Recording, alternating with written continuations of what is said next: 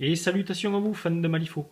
Voilà, je voulais vous présenter le dernier supplément, donc qui est sorti pour Malifaux seconde édition, Crossroad.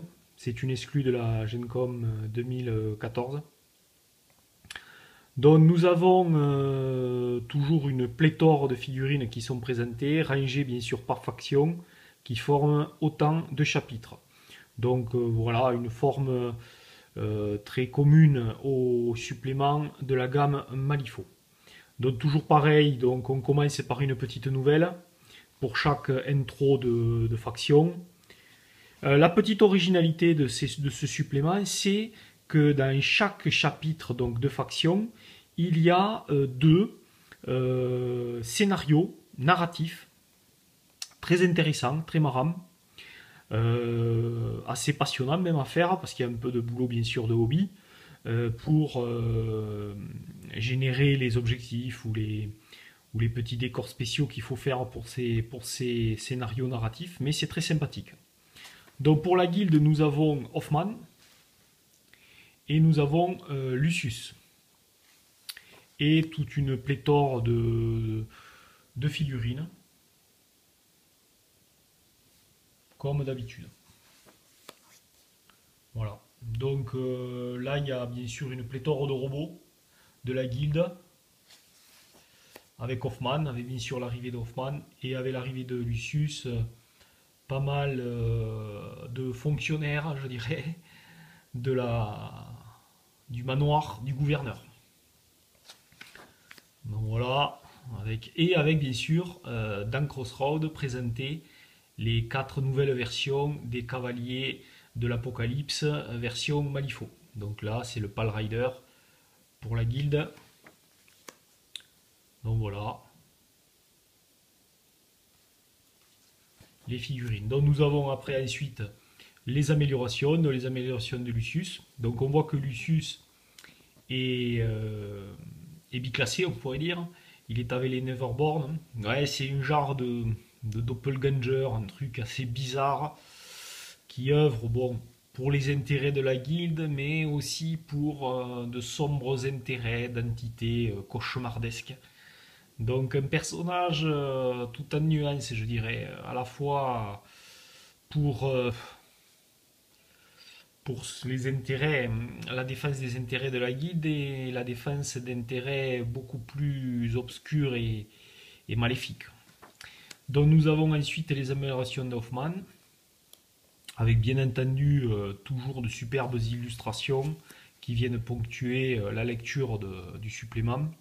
Et ce qui est aussi intéressant, nous avons aussi pour chacune des factions des améliorations générales qui viennent compléter celles qui étaient sorties pour le premier livre de règles, seconde édition de Malifaux.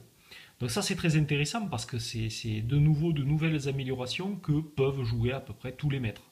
Donc c'est quand même assez intéressant. Donc ensuite le second chapitre c'est pour les résurrectionnistes avec une petite nouvelle. Donc là c'est Molly et Kirai qui sont à l'honneur. Voilà la nouvelle. Et les scénarios. Les scénarios qui, donc ces scénarios narratifs qui proposent de nouvelles variantes, c'est de victoires qui sont très intéressants. Donc là nous avons Kirai et Molly pour les résurrectionnistes. Donc Kirai, pour ceux qui ne connaissent pas, bon, elle fait un peu cavalier seul parmi les résurrectionnistes car elle a tout un panthéon de créatures mort-vivantes qui sont dans la thématique orientale, japonaise, chinoise. Donc elle fait un peu cavalier seul par rapport aux autres résurrectionnistes. Nous avons ensuite Molly qui elle fait plutôt dans les horreurs nécromantiques, je dirais. Donc cette petite fille maléfique, style Silent Hill, je dirais, et pas mal du tout aussi. Bon, nous avons là, bien entendu, le Dead Rider, donc l'un des cavaliers de l'Apocalypse de Malifaux, donc très intéressant. Voilà, donc bien sûr, ce sont une très grande dominante de figurines de type oriental, avec les figurines zombies faites de chair et de métal d'une extension qui sont remises au goût du jour à la M2. Bon voilà, nous avons donc les améliorations pour Molly, les améliorations pour Kirai et des améliorations générales pour la faction des résurrectionnistes. Donc là aussi, magnifiques illustrations de la rogue nécromancie, vraiment. Nous avons ensuite les arcanistes. Alors les arcanistes, bon, petite nouvelle. Les arcanistes présentent 3 maîtres pour ce supplément Crossroad. Donc nous allons avoir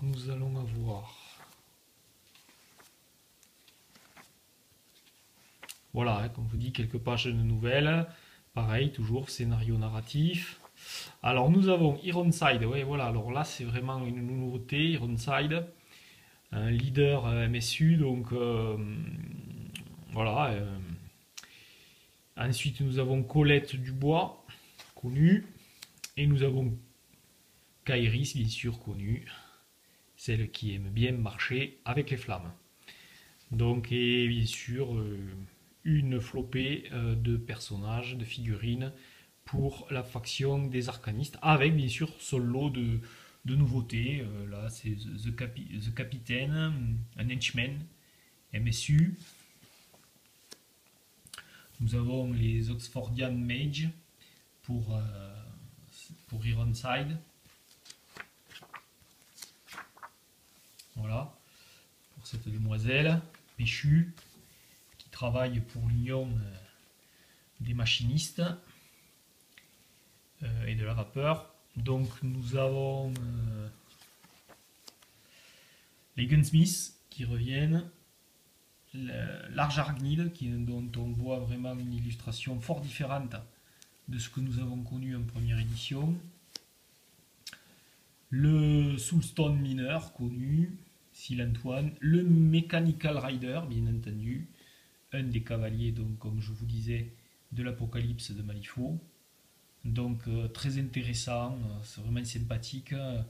Me tarde de voir cette version Malifaux, cette seconde version. Là nous avons par la suite des figurines déjà un peu plus connues chez les arcanistes. Donc là pareil, les améliorations d'Ironside, les améliorations de Colette et les améliorations oui, de Kairis, parce que là pour les arcanistes il y a 3 maîtres présentés, et les améliorations arcanistes générales. Ensuite nous passons donc au Neverborn, toujours pareil, superbes illustrations pour ouvrir le bal de la faction. Teddy, oui, Teddy, la seconde version, une version exclusive 2014 pour la sortie de ce supplément. Nous avons le Dreamer avec son lot de créatures cauchemardesques, donc toujours pareil, une nouvelle. De scénarios.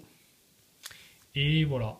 Alors, les maîtres, c'est The Dreamer, avec bien sûr Lord Chompy Beats. Et nous avons la version, donc la nouvelle version de Collodi. Super sympa ça, avec ses petites marionnettes de bois. Et la présentation donc de nouvelles figurines Neverborn. Alors, pas vraiment de nouveautés, hein. Toujours pareil, ce sont grosso modo la mise à jour en seconde édition.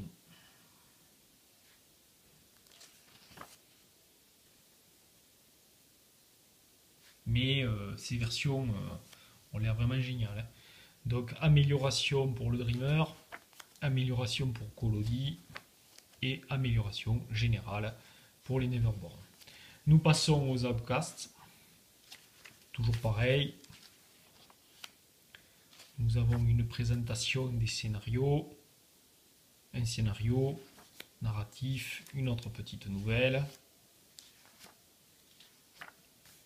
Voilà, celle-là, vous voyez par exemple, ce scénario narratif avait déjà été déjà proposé dans un chronicle de Malifaux. Bon, je vais vous faire donc une seconde vidéo, celle-ci s'arrête là, avant de vous présenter les Outcasts, les Gremlins et les Ten Thunder, qui restent à voir, si je ne me trompe pas. Allez, à ciao et à la seconde vidéo. Et salutations à vous, fans de Malifaux. Donc nous nous retrouvons sur la présentation du supplément Crossroad pour Malifaux seconde édition. Donc nous poursuivons sa présentation avec donc les Outcasts. Là nous avons une illustration de Nyx qui est un henchman de Hamelin. Donc nous avons Jackdaw. Donc c'était une figurine déjà connue des Outcasts qui devient maître, master, avec toute une synergie basée autour de figurines Tormented, Cursed, Spirit, donc des choses assez glauques mais bien connues des aficionados de Malifaux. Donc nous avons Hamelin aussi, avec donc une nouvelle présentation, on pourrait dire, l'illustration de Hamelin, qui va sûrement susciter autant d'élan que de déception, car vraiment c'est nouveau. Liviticus, bon, vraiment génialissime, bon, déjà un peu connu, ce nécro-steampunk horrifique. Donc quasi immortel tant qu'il bénéficie du soutien de ses épouses spectrales, dont tout un programme. L'ambiance est vraiment respectée, autant pour Leviticus que pour Hamelin. Donc ensuite nous avons une pléthore de figurines qui tournent bien sûr autour de Leviticus et Hamelin. Voilà, le terrifiant Ashes and Dust, avec le Dust Storm et le Lachencore, à être connu bien sûr de ceux qui... Les Free Corps, bien sûr, toujours une petite mise à jour des figurines Free Corps. Vanessa, qui a le Trace Sister. Ben ça, c'est un petit clin d'œil bien entendu pour mes figurines Victoria. Vanessa est plus que souhaitée et souhaitable, je dirais. Donc elle peut créer, il peut donc avoir une synergie avec les deux Victoria. Donc intéressant, figurine très intéressante. Alors Vanessa est justement la plus jeune des sœurs Victoria. Elle est très connue, bon, c'est une chasseur de primes, à la fois aussi chasseur de reliques. Bon, voilà, elle a toujours suivi ses sœurs, elle les a toujours plus ou moins idolâtrées, bien qu'elle ait un tempérament assez différent, bien sûr, des Victoria. Elle est, je pourrais dire, presque l'intelligence grise du trio.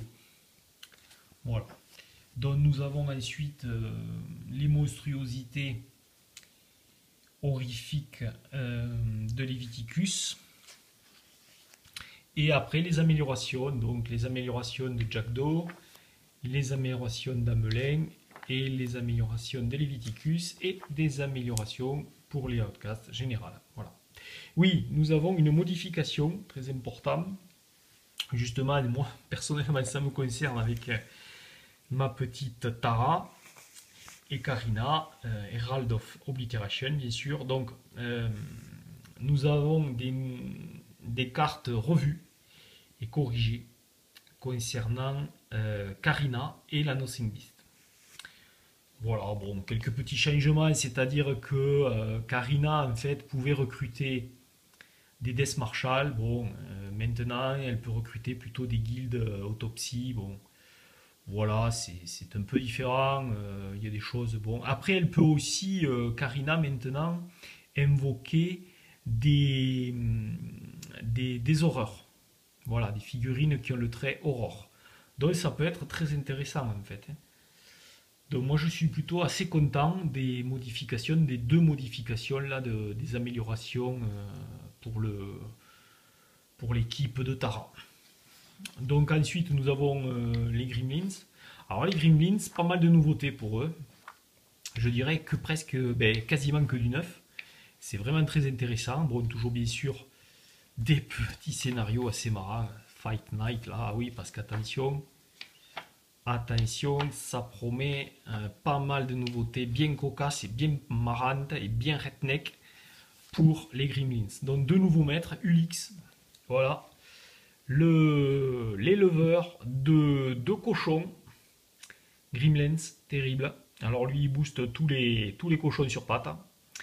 Et cette Mataquette, attention elle aussi, une Mama Gremlins qu'il ne faut pas prendre du tout à la légère et énervée. Donc nous avons aussi Wong. Alors Wong était une figurine au casque, bon, mercenaire qu'on pouvait recruter. Et bien le voilà, le voilà, il passe maître. Et alors, on reste toujours un peu sur cette thématique très sympa de Wong et de ses suivants, qui singent d'autres personnages de Malifaux. Donc c'est assez marrant.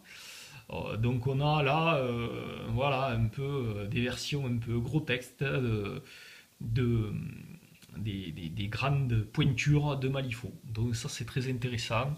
Bon, marrant, hein, Pénélope, donc un gros molosse hein, qui est le totem en fait de ce bon vieux papy Ulix. Nous avons Lovely Assistant. Bon, voilà, ça c'est du côté de Wong. Donc pas mal du tout. Old Major, ouais, le, le cochon qui a reçu son prix d'excellence, hein, son trophée, donc, assez marrant, choyé, bien aimé par le brave Ulix, le Old Major, quoi, le cochon de compétition. McTavish, bon, déjà beaucoup plus connu. Et nous avons Mancha, trop marrant. Ouais, ouais, donc on voit vraiment, bon, Samy Lacroix aussi, qu'on connaissait. Ah oui, alors là nous avons un cochon à trois têtes hein, qui singe un peu, forcément, le tigre à trois têtes de Marcus, ou la créature nécromantique à trois têtes des résurrectionnistes, donc ça c'est marrant aussi.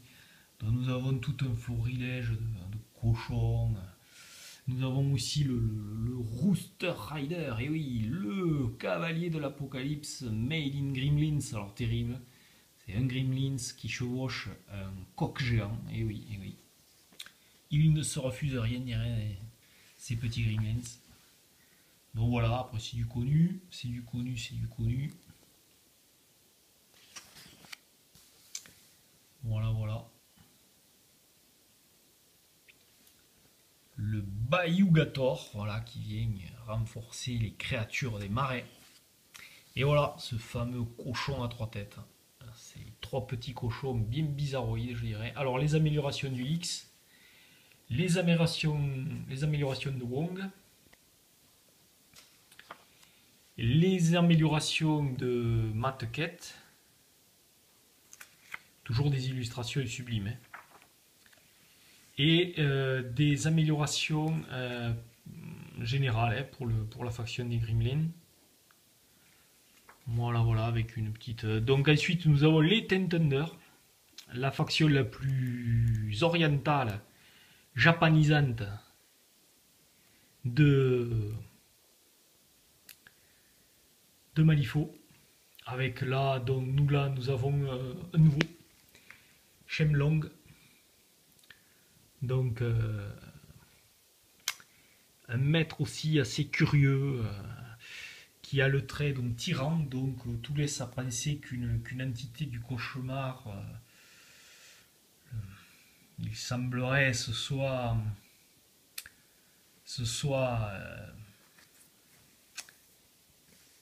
se soit pris d'affection pour ce moine du temple de la rivière. Peut-être l'esprit d'un dragon, apparemment très mystérieux. Nous avons Yanlu, connu bien entendu.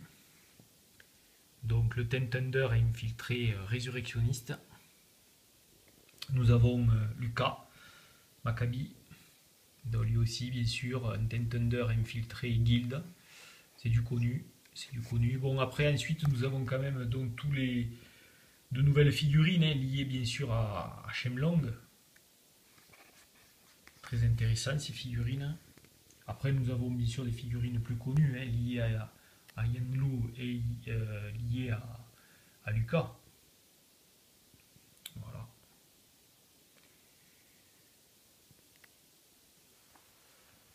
On a aussi du Jacob Lynch qui n'était pas sorti au premier au livre au bouquin sur le livre de règles seconde édition. Voilà. Donc ensuite ça. Bon, il y a de nouvelles figurines. Il y a de nouvelles figurines. Donc les upgrades de Maccabi. C'est vrai que c'est une faction qui voilà, propose avec les Gremlins sûrement le plus de nouvelles figurines. C'est les deux factions du supplément qui, je dirais, vraiment sortent des sentiers battus de Malifaux et bien connus, quoi. Donc Yanlu, les améliorations, la Shenlong, amélioration, et les améliorations générales. Voilà. Le supplément finit sur un index récapitulant l'ensemble des figurines. Et bon, nous avons au final un dernier scénario narratif. Voilà, Malifaux, seconde édition, Crossroad. Donc vraiment un très beau supplément. Il y a de la lecture, très intéressant, en tout cas pour les passionnés et les fans de ce jeu. Allez, à ciao et à la prochaine.